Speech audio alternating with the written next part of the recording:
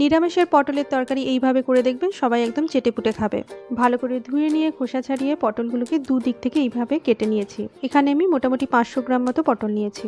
মশলার জন্য একটা টমেটো, কাঁচা লঙ্কা, আদা, গোটা গরম মশলা, কয়েকটা কাজু নিয়েছি। নিরামিষের রান্নায় একটু কাজু অ্যাড করলে ভালো লাগে, আর ঝালটা একটু বেশি দিতে হবে। সর্ষের তেলে পটলগুলোকে নুন হলুদ দিয়ে 2-3 বারে অল্প অল্প করে ভেজে নেব। পটল ভাজতে গেলে তেলের পরিমাণ একটু বেশি নিতে হয়, নাহলে পটলগুলো ঠিক করে ভাজা হয় না। পটলগুলো ভাজা হয়ে গেছে, এবারে একটা বাটি করে উঠিয়ে রাখবো। মশলার জন্য কড়াইতে আর একটু সর্ষের তেল দিয়ে 1 চামচ চিনি দিলাম। চিনি লাল হয়ে যাওয়ার পরে তারপরে গুঁড়ো হলুদ দেব।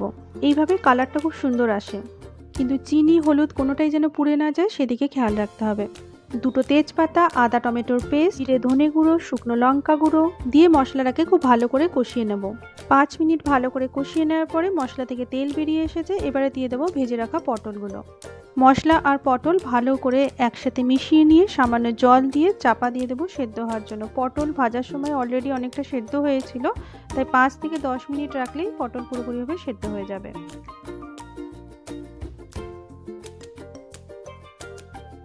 দারুণ টেস্টি, খুব মশলাদার হয়েছে। কিছুটা কুচনো ধনেপাতা আর স্বাদ অনুযায়ী নুন দিয়ে নামিয়ে নেব। রেডি হয়ে গেল মশলাদার পটলের রেসিপি। নবরাত্রি স্পেশাল আরও কিছু নিরামিষের রান্নার জন্য অবশ্যই আমার চ্যানেলকে সাবস্ক্রাইব করে দেবেন। ধন্যবাদ।